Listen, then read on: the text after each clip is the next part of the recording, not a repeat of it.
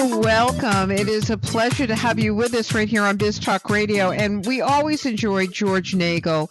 George Nagle, MS, MBA, author of the new book, The five-letter F word, and it's not what you think, and founder of Ideation, Emporium of creativity. George Nagle, welcome back. Frankie, it is so good to talk to you again. It's always a pleasure. So this is the deal. We are living, I think, tell me if you think I'm wrong, but I'm feeling that at this point in time, we've eaten everything we can eat during COVID. We've been drinking up a storm. We've been playing around, and now it's like all of a sudden, I've noticed back to basics, back to work, back to reality, but with the knowledge that there has to be balance in our lives. Yeah, the balance awareness that has come about for a lot of people is driving a lot of different behaviors, not only for those that actually got to experience it, but for people that didn't necessarily get to see that balance for them, but they saw a whole bunch of people around them having it. And it's causing a lot of paradigm shifts, not only in how we do business, but in how we respect our own quality of life and what we're really trying to focus on.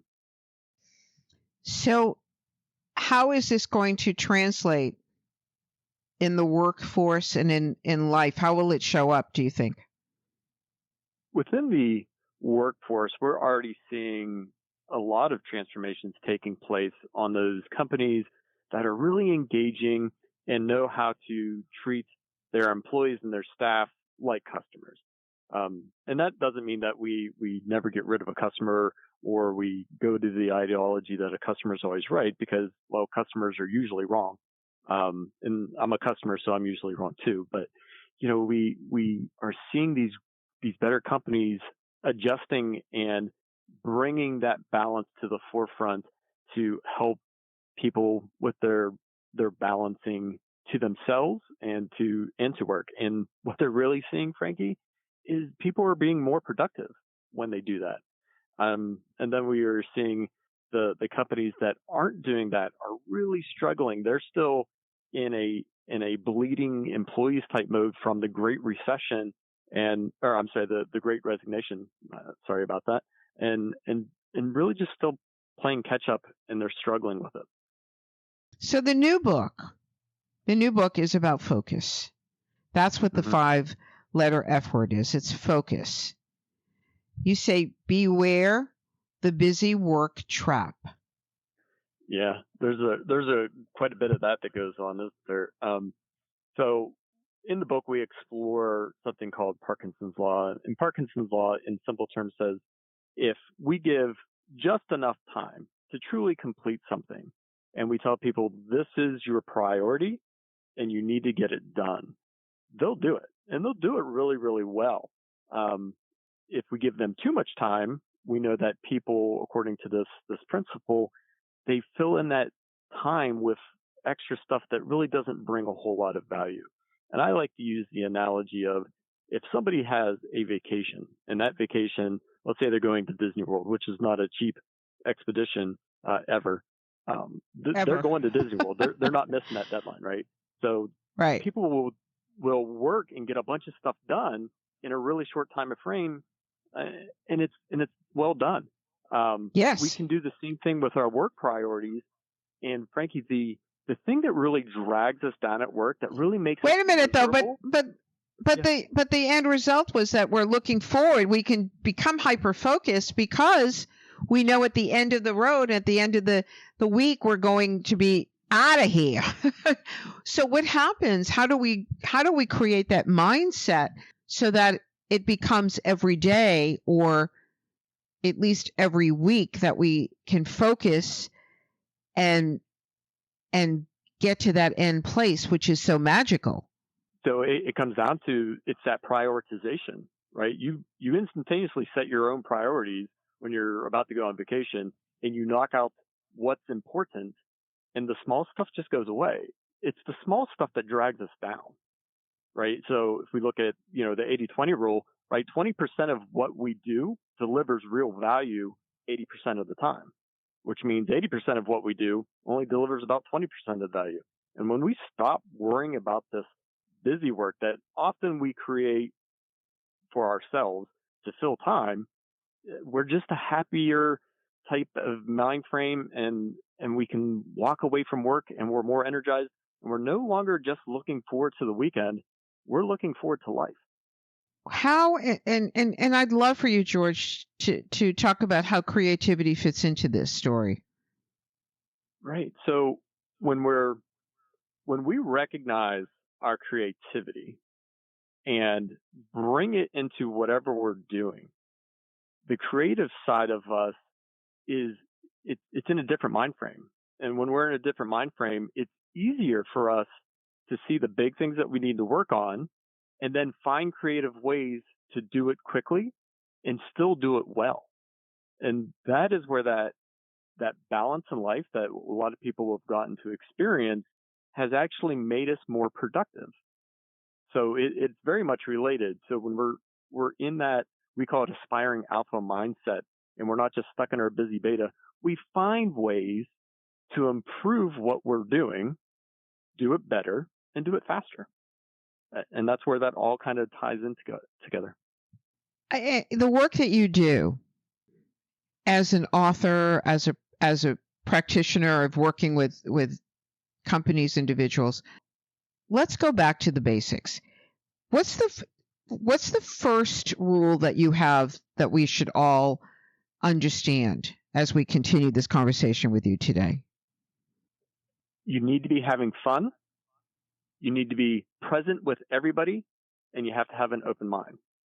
That is the fundamental thing that I talk to everybody about. If you came to a live event, that's the first thing that you hear, and it's the thing that you're going to hear at least 10 times during the day, because it all comes back to that and how we can move forward together. So how do we make that focus-friendly space? Because I think a lot of us need to hear what you have to say about that, George. So there's a couple of things that we need to do. First, we have to have awareness of our bias. And people talk about that. What they don't realize is when they're talking about it, they recognize it, and then they don't do anything with it. What we inspire into people is not only recognizing it, but when we recognize that we're doing it, how to step away from it and start asking questions and engaging with others. And when one person does that, they inspire people around them to start doing that too. And then you start to get this almost cyclone effect of it just expanding and expanding to everybody within a group, within a department, and within an organization, especially if our leaders are embracing that.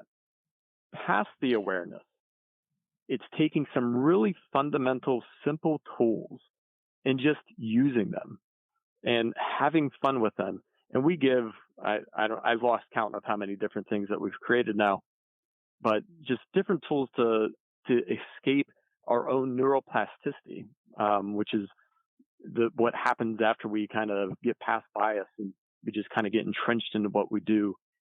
When we have that ability to break out, that's where the magic of laughter really can take over. And we find that what we're working on is just more fun. Am I saying that everything that you're going to do within a job is completely fun? No. But if you're really trying to work on it, about 80% of it will be. Okay. When we come back, we'll talk about the 3 books. You have a very exciting event, but give us the website before we take that quick break. Sure. It's simply www.ideation.emporium.com. And quickly, you have a live event happening when? On June 25th at Duquesne University in Pittsburgh, Pennsylvania.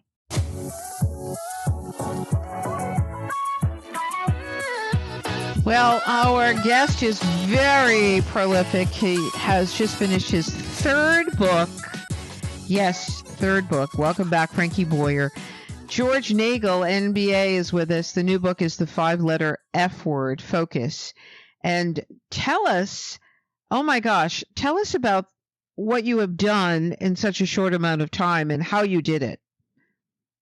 So we were able to not only write, but also edit, publish, and complete the audio for 3 books in the Breakthrough Thinking series in under 5 months. And I can tell you the first month may not even really count. And we did it through focus. We talk about in the 5-letter F word how to prioritize and set strategy. But one of the very first things that we talk about is the power of 3 and 5. And in the power of 3 and 5, what you're really doing is you're establishing the 3 things that you're going to work on before you're allowed to work on anything else. And if an emergency creeps up, that might become number 4. And if you happen to have 2 emergencies, that's number 5, but that doesn't happen all that often. Okay. Otherwise, you're just working on those 3 things and you're knocking it out. And that's exactly what we did. Okay. Say this again. We sit down and put the plan together, George Nagle. What do you want us to do? So it's very simple, and that sometimes scares people. What I would like people to do is get a sticky note and write down 3 things in work and life that I want them to cross over so that people can really focus on them that are priorities. And you get no more than 2 sentences to describe each one. And the first thing that's on the list is the thing that you work on the first. And until you can't do physically anything more in your day on number 1, you're not allowed to touch number 2. And the same thing goes for number 3. And Frankie, the magic of this is you hang it on your bathroom mirror or maybe on your bedroom door frame before you walk out. And every single day, you have to read it out loud to yourself. Not okay. Give us an example. Give us an example. So for mine, this was the prior set because we were talking about the book. Priority number 1 was write out and structure the books so that we can list out what we actually talk about in our customizable forums. Number 2 was create a system that's easy to follow throughout the book. And that was actually much harder than the first. And then the third was complete and publish with the audio all parameters by July 4th. So the key to that last one was I set a deadline that was not too far out into the future, because for most people, it takes 6 months just to write a book, let alone do everything else. So, and I read that to myself every single day to the point where my kids sometimes would say, I didn't hear you read it out loud. And I would kind of laugh because I didn't say it as loud as I normally do. And that was it. And until I accomplished 2 of those, I wasn't allowed to take that Post-it note off and give myself new tasks. So, however you need to do it, just to be constantly aware of that priority. What if it's a long-term priority? You just keep it up. And so let's say your goal is to get, I don't know, I can't think of something right now, but it's not immediate. It's not going to happen tomorrow. It's going to take time. Right. And there are some goals like that. My answer to that is always break it down. What can you accomplish in the next 3 months if that's the only thing that you focused on? Having a long-term vision, right, is good and it's important, but that's not actionable. So what people don't always understand is that we need to take action now. And when we start to do that, we start to build some self-confidence. And when we have that, then we start to get understanding. And when we have true understanding, now we have the ball rolling and we're moving things forward. And that's the easiest way to conquer fear. And humans aren't great at doing that and confronting it. And what they need to understand is, well, I can't, the mantra is, well, I can't take action because I'm afraid if this happens. My answer to that is, no, that's exactly why you need to take action. Start small so that you understand that taking action actually conquers fear and you can actually move your life to where you want it to be. And this is why people that are goal oriented and are hyper focused, and I've used that word a few times now, but that is the point. You need to just focus on what it is that you want to accomplish and a deadline to go with it. And that's what makes the difference, in your opinion, George? It is, but the deadline needs to be in the short term, right? 3 months is usually where I would tell people if it's more than that especially when they're starting, then they're too far out. And you need to drive it with that. And people always say, well, I'm going to give you an example of a long-term goal for people is, well, a baby. Okay, well, you're not going to create a baby in 3 months, but in 9 months you'll get there. But people always tell me, well, it's not the right time. You know what, Frankie? The important things in life, it's never the right time, ever. I was just going to say that. Yeah. Right. When is it ever the right time? You got to take action. It's not. It's not. It's going to never be the right time until you make the time for it.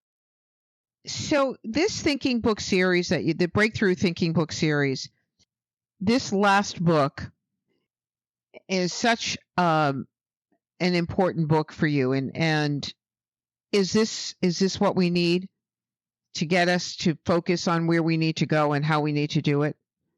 I think that it delivers that message along with how to do it in a very succinct way. One of the designs for the entire series was that none of the books should be more than a 2-hour read, or if you're listening to it, about 2.5 hours, so that if you did the entire series in one, you could do the entire series actually in a single day.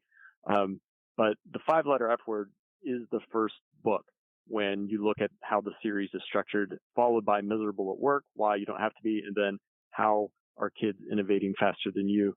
And the series is designed with a framework of thinking about work, but also with a life-changing mantra that runs through it like a theme, so that everybody can apply this no matter what. I think that we get so, we get so frightened, and we're not even aware that we're frightened. The fear really takes over. This is really great stuff, as always, George. I love when you're on. Give us the website and tell us about your wonderful event coming up. Right. So the website is www.ideationemporium.com. The event is, again, at Duquesne University in Pittsburgh, Pennsylvania on Saturday, June 25th. We're doing it. It's a free event for those that register, and you can register on our webpage. And we're doing it to celebrate the Breakthrough Thinking series and to get that into more people's hands so that they can start changing not only their work life, but their life in general.